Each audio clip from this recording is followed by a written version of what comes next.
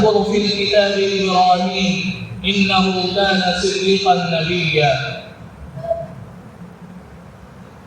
محترم حضرات، عربی مہینے کے اعتبار سے ذی القعدہ مہینہ چل رہا ہے جو اپنے آخر میں ہے، اور اس کے بعد ذوالحجہ حج والا مہینہ آنے والا ہے،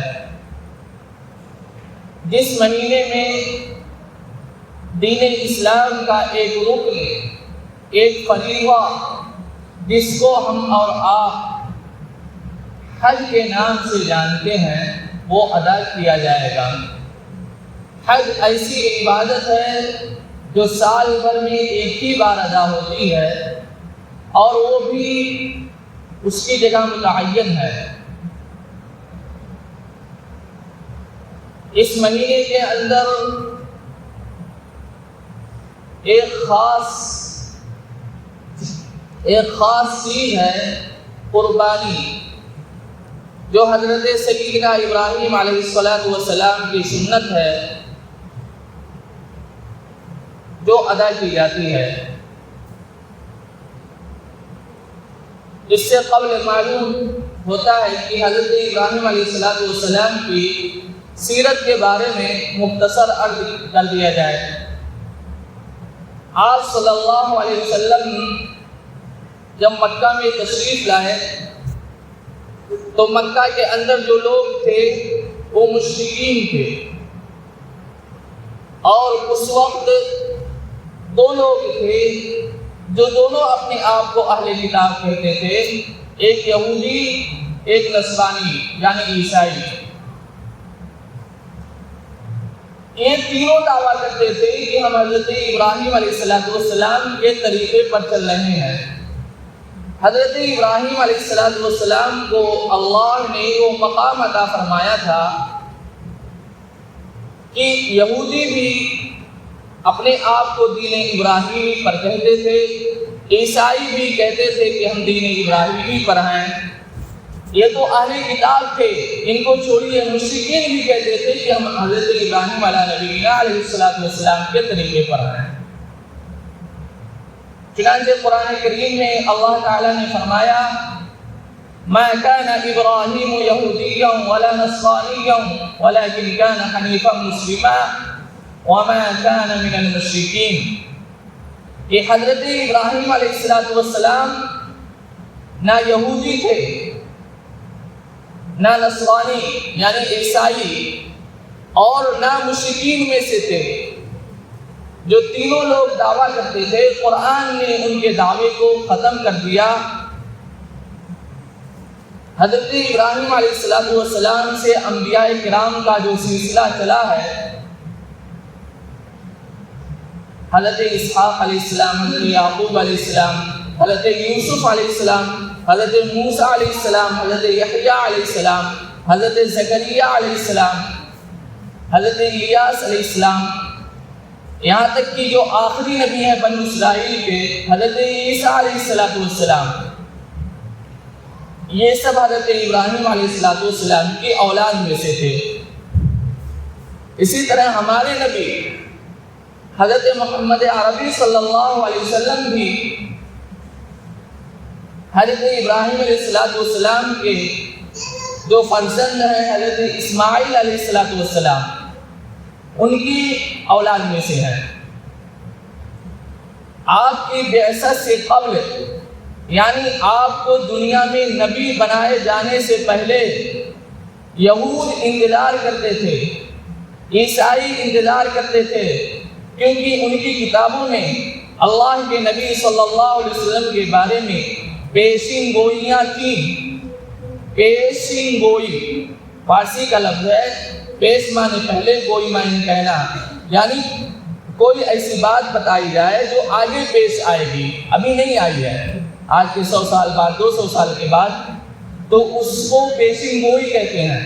چونکہ یہ کتاب ہے تورات اور انجیل، یہ آسمانی کتابیں تھیں، اس میں حضرت محمد عربی صلی اللہ علیہ وسلم کے بارے میں بشارت تھی، آپ کے بارے میں نشانیاں تھیں۔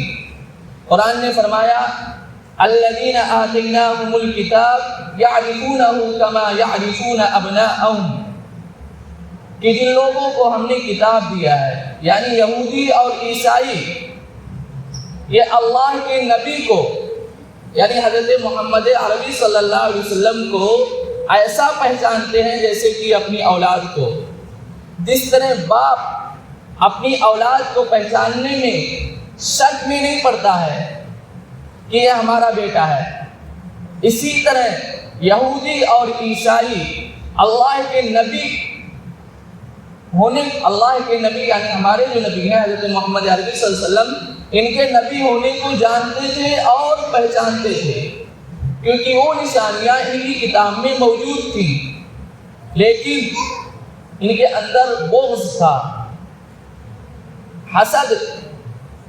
ایک بات یاد رکھیے، حسد اور بغض اتنی خراب عادت ہے کہ اس خصلت کی وجہ سے آدمی حق بات ماننے سے رک جاتا ہے۔ اگر کسی آدمی کے اندر کسی دوسرے سے حسد ہے، حسد کہتے ہیں جلن کو، بغض ہے، اس سے دشمنی ہے، تو حق بات نہیں مانے گا۔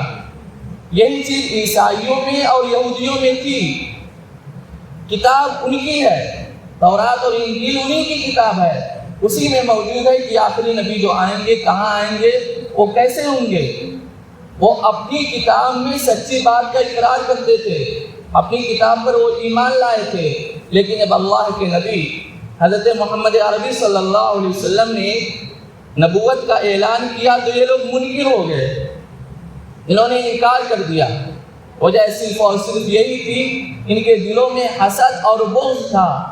حسد یہ تھا کہ جو آخری نبی آنے والے ہیں وہ اولاد جو نبیوں کا پہلا سلسلہ ہے، جو حضرت ابراہیم علیہ السلام کے پہلی اولاد حضرت اسحاق علیہ السلام، اولاد اسحاق میں سے کیوں نہیں ہے، یہ اولاد اسماعیل میں سے کیوں ہے؟ اسی حسد کی وجہ سے انہوں نے حق ماننے سے انکار کر دیا۔ یہ حسد اور بغض اتنی خراب صفت ہے، اگر آدمی کے اندر حسد اور بغض رہے گا تو حق بات نہیں مانے گا۔ اس لیے اپنے دلوں کو صاف کرنا ضروری ہے، اپنے دلوں کو حسد اور کینے سے، بغض سے صاف کرنا ضروری ہے۔ تو یہود اور عیسائی ہمارے نبی حضرت محمد عربی صلی اللہ علیہ وسلم کو جانتے تھے کہ یہ نبی وہی ہیں جن کے بارے میں موسیٰ علیہ السلام نے بتایا، جن کے بارے میں عیسیٰ علیہ السلام نے خوشخبری دی، لیکن وہ انکار کر گئے، وہ ایمان نہیں لائے۔ اللہ نے ان کا مرتبہ بڑھا کر بھی اعلان کیا کہ اگر اہل کتاب میں سے کوئی ایمان لاتا ہے تو ان کو ڈبل ثواب ملے گا، لیکن اس کے باوجود اہل کتاب میں سے یعنی یہودیوں اور عیسائیوں میں سے بہت کم ہی لوگ ایمان لائے۔ تو حضرت ابراہیم علیہ السلام انبیاء کرام میں وہ شخصیت ہے کہ بہت سارے انبیاء کرام کا سلسلہ نسب حضرت ابراہیم علیہ السلام سے ملتا ہے۔ بنی اسرائیل کے جتنے انبیاء کرام ہیں وہ حضرت ابراہیم علیہ السلام کے اولاد میں سے ہیں، اسی طرح حضرت اسماعیل علیہ السلام اور ہمارے نبی حضرت محمد عربی صلی اللہ علیہ وسلم بھی حضرت ابراہیم علیہ السلام کی اولاد میں سے ہیں۔ ہمارا اور اہل کتاب میں فرق یہ ہے کہ ہم تمام نبیوں پر ایمان لاتے ہیں، لا نفرق بین احد منہم، ہم کسی نبی کے بارے میں تفریق نہیں کرتے ہیں کہ ہم موسیٰ علیہ السلام کو مانیں گے، عیسیٰ علیہ السلام کو نہیں مانیں گے، نہیں، ہمارا تو ایمان ہے سب پر، حضرت آدم علیہ السلام سے لے کر اس پورے زمین پر جتنے انبیاء کرام آئے ہم سب کو مانتے ہیں، لیکن ہم فالو حضرت محمد عربی صلی اللہ علیہ وسلم کی شریعت کو کرتے ہیں کیونکہ وہ ہمارے نبی ہیں۔ تو حضرت ابراہیم علیہ السلام کو اللہ نے انبیاء کرام میں بڑا مقام دیا ہے، فضیلت کے مالک ہیں۔ حضرت ابراہیم علیہ السلام نے جس معاشرے میں آنکھ کھولی وہ بت پرستی کا دورہ تھا۔ باہر چھوڑیے حضرت ابراہیم علیہ السلام کے والد جن کا نام آزر تھا، یہ بت بناتے بھی تھے اور بت کی عبادت بھی کرتے تھے اور اس کو بیچتے بھی تھے۔ شروع ہی سے حضرت کو بت پرستی سے نفرت تھی۔ جب حضرت نے کچھ اور سنبھالا تو دل میں فکر ہوئی کہ ہم اپنے خالق حقیقی کو تلاش کریں۔ قرآن نے اس منظرنامے کو بیان کیا ہے۔ حضرت نے ستارے کو دیکھا تو دل میں خیال آیا یہ میرا رب ہے، لیکن جب دیکھا کہ ستارہ ڈوب رہا ہے، ستارہ چھپ رہا ہے، تو حضرت کے دل نے گواہی دی جو جس پر زوال آ جائے وہ رب نہیں ہو سکتا، وہ اللہ نہیں ہو سکتا۔ پھر حضرت نے جب چاند کو دیکھا تو حضرت نے کہا یہ میرا رب ہے، لیکن چاند بھی کچھ دیر کے بعد اپنی روشنی کو لے کر ختم ہو گیا تو حضرت نے کہا یہ رب نہیں ہو سکتا۔ پھر جب سورج کو دیکھا، سورج کے بارے میں غور کیا تو حضرت نے کیا فرمایا، فَلَمَّا رَأَى الشَّمْسَ بَازِغَةً قَالَ هَذَا رَبِّي هَذَا أَكْبَرُ، کہ یہ رب ہے اور یہی سب سے بڑا ہے۔ لیکن سورج پورے دن اپنی تمام روشنی کے ساتھ تو جلوہ فکن رہا، لیکن شام کو سورج بھی غائب ہو گیا۔ اس وقت حضرت نے جو جملہ فرمایا، قرآن نے اس کو انی وجہت وجہی للذی فطر السماوات والارض، کہ میں تمام دنیا کے سے اپنے رخ کو موڑ کر اس اللہ کی طرف متوجہ ہوتا ہوں جس نے زمین و آسمان کو پیدا کیا۔ سورج، چاند اور ستارے یہ اس لائق نہیں ہے کہ ان کو رب مانا جائے، کیونکہ ان پر سوال آتا ہے، ان کی روشنی ختم ہو جاتی ہے، یہ چھپ جاتے ہیں۔ حضرت نے سب سے پہلے اپنے معاشرے کے اندر، اپنے گھر ہی کے اندر جب دیکھا بت پرستی عروج پر ہے، سب سے پہلے حضرت اپنے والد کو سمجھایا اور بہت اچھے انداز میں سمجھایا۔ سورہ مریم میں اللہ تعالیٰ نے اس کو بتایا ہے، وَاذْكُرْ فِي الْكِتَابِ مَرْيَمَ وَاذْكُرْ فِي الْكِتَابِ إِبْرَاهِيمَ إِنَّهُ كَانَ صِدِّيقًا نَبِيًّا۔ کتاب میں حضرت ابراہیم علیہ السلام کے بارے میں تذکرہ کیجیے، حضرت نبی تھے۔ آگے حضرت ابراہیم علیہ السلام اور ان کے والد کے درمیان جو گفتگو ہوئی ہے اس کو اللہ نے فرمایا، حضرت ابراہیم علیہ السلام نے فرمایا، یا ابت لم تعبد ما لا يسمع ولا يبصر ولا يغني عنك شيئا، یا ابتی، اے میرے ابو جان۔ چونکہ حضرت اپنے ابو کو سمجھا رہے ہیں، اے میرے ابو جان، آپ ایسوں کو کیوں پوجتے ہو جو نہ نفع پہنچا سکتے ہیں نہ نقصان پہنچا سکتے ہیں، جہاں نقصان پہنچنے والا ہے اس کو روک نہیں سکتے، آپ کے کسی کام نہیں آ سکتے۔ آگے آپ میں جو سن بھی نہیں سکتے، دیکھ بھی نہیں سکتے، آپ ان کو کیوں پوچھتے ہو؟ حضرت بار بار اپنے ابو کو سمجھاتے رہے، لیکن ان پر حضرت کے سمجھانے کا جب اثر نہ ہوا تو انہوں نے حضرت ابراہیم علیہ السلام سے کہا کہ تم باز آ جاؤ، لَإِن لَّمْ تَنْتَهِ لَأَرْجُمَنَّكَ وَاهْجُرْنِي مَلِيًّا، باز آ جاؤ، اگر باز نہیں آؤ گے تو میں پتھروں سے ماروں گا اور تم مجھے چھوڑ کر چلے بھی جاؤ۔ لیکن چونکہ والد تھے اس لیے حضرت نے کہا ٹھیک ہے میں جاتا تو ہوں تمہیں چھوڑ کر، لیکن میں اللہ سے دعا کروں گا کہ اللہ تعالیٰ تمہیں معاف کر دے۔